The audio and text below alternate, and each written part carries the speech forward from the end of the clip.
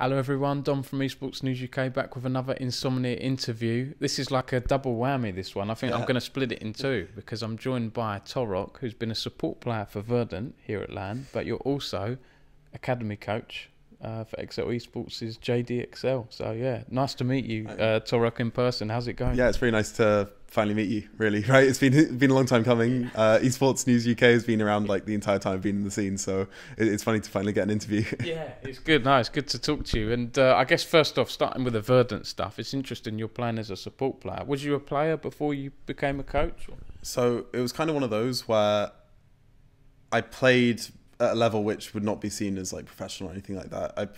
Maybe I played on teams before, played challenge mode tournaments. You'd do the odd go for LoL or something, but it wasn't something where I'd ever feel like I was going to go pro as a player. Yeah. And so it was much more a case of, well, actually I do really enjoy this other aspect of the game, so I'm going to try coaching instead, and that's how it sort of started out. So I was originally a jungle player when I played pseudo comp, and I'm playing support now for this tournament. Yeah, and there's links between that, right? I'm not a high elo player, but jungle and support, you're generally doing map stuff and roaming and stuff like that, you know.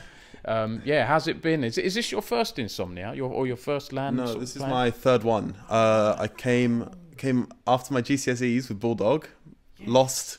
Came with Obnoxious as coach, won. Yes. And my plan was to I've currently held the title for 3 years due to COVID, so I was going to come in and refresh it as a player, so then I could say, well, I won it as a coach and a player, and you know, it was going to be a good time, but you know, it didn't work out in the end. That's right. It's been a while for us to meet, because like when you won with Obnoxious or Nox, that was one that I didn't attend. That one, my last one was 3 years ago. There you go. So you've done well and you've reached top 3. It's a shame you didn't get to the grand finals. They're about to start. I think the grand finals are Grey Warwick, the uni team, and 4.5 men or something like that, a mixed team.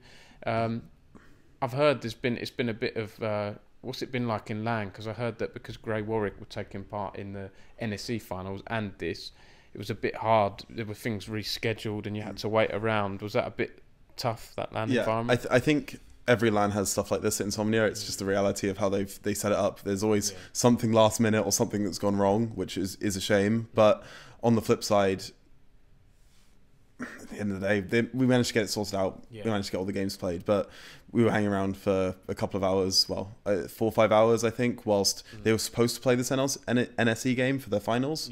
And not only was that a best of 5 slammed in the middle of all the playoffs, but it was the best of 5 itself got delayed an hour and something because the NSE was running behind, and so we were in a position where it was almost midnight for us starting the last game, and yeah, that was a bit difficult for everyone, I think. And tell us a bit about your team as well, because like I say, you've made it top 3. Has it been fun playing with the Verdant guys? Honestly, playing has been really, really good. This is my first opportunity of playing since I've developed as a coach and gone through, well, I mean, last time I was playing I was like 15, 16, now I'm 20. It's a fun evolution to come back, start playing again and transfer again. Now I've got all this knowledge locked up in my head of how I think the game should be played. Try and bring that as a support player, bring it in the way that I'd want my own players to bring it if I'm coaching them in XL, right? And so it was really interesting to see, for me, seeing, well, what can I see in these games when it is the pressure's on? How is that working when I'm comparing that to how my split's gone, how other players have dealt with pressure and being able to communicate in game and things like that. So honestly, playing with DBL, Trizzy, Merp and Rhythm, it's been a blast. They're all really good guys. Do you think I'm a bit surprised. Well, I am surprised, and I'm not surprised in other ways, that we haven't had any other team organisations play here. I think Verdant are the only one from the NLC Division 2. I know the prize pool isn't huge. I think it's £3,000. I think the tickets have raised, whatever it is, 120 or so each. What are your thoughts on that? There's been a lot of mixed teams, right? I don't think Insomnia is worth it for UK orgs. Fundamentally, you're not going to get anything out of it in terms of maybe you get pictures, maybe you can get a team on stage, and that looks really nice, obviously. An interview with Esports News UK. There you go. but essentially, I don't think it's going to generate anything that orgs can't already get from doing something maybe just a specialized day where they'd want to do media and do boot camps and stuff. It's better for them to do that rather than come to Insomnia because, as you said, prize pool isn't much. The event itself can be very chaotic, and I'm not actually surprised not many orgs are turning up anymore. I think it was really nice actually that Verdant sponsored us, and I think, you know, they gave us these wonderful jerseys, so, you know, you go check them out. But you know, the Verdant. Yeah, I think they're really nice actually. But you know, the point was, I think they could actually get some media things out of it, which is why they're here. But if you're a team that's already got that, what's the advantage? Really, it's quite a shame.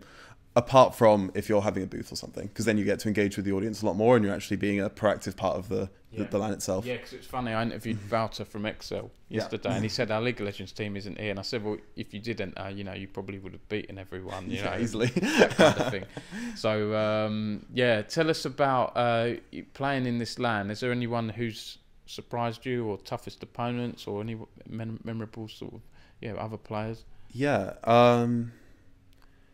Because I will say, Team Solar Mint was saying that I think 4.5 men and Grey Warwick sort of surprised them, how good they were. Yeah, they were pretty good. I think Grey Warwick didn't surprise in a sense that I go to Warwick Uni myself, and I've seen the trials. I've played against Heathen. I know the team practices they've done. They were in the University Masters as well together, and I think the only reason they did poorly in that was because they weren't allowed Porp to play because he was playing in Singularity at the time. So I knew that team was going to be good. I think 4.5 men actually were much more surprising because I knew Ketsuo, I knew Galul.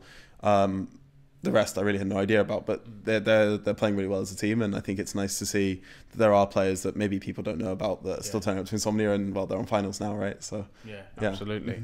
I think, to be honest, those are most of my questions about Verdant. Is there anything else you want to say about Verdant or your time here before we jump into the second part of the interview about JDXL? No, I'm all good, but it's been a blast. Yeah, absolutely. All right, well, thanks for watching. There'll be part 2 coming soon, or maybe at the same time. I'll work something out. I'll talk to Torok about the more XL Esports, JDXL side of things. So see you there.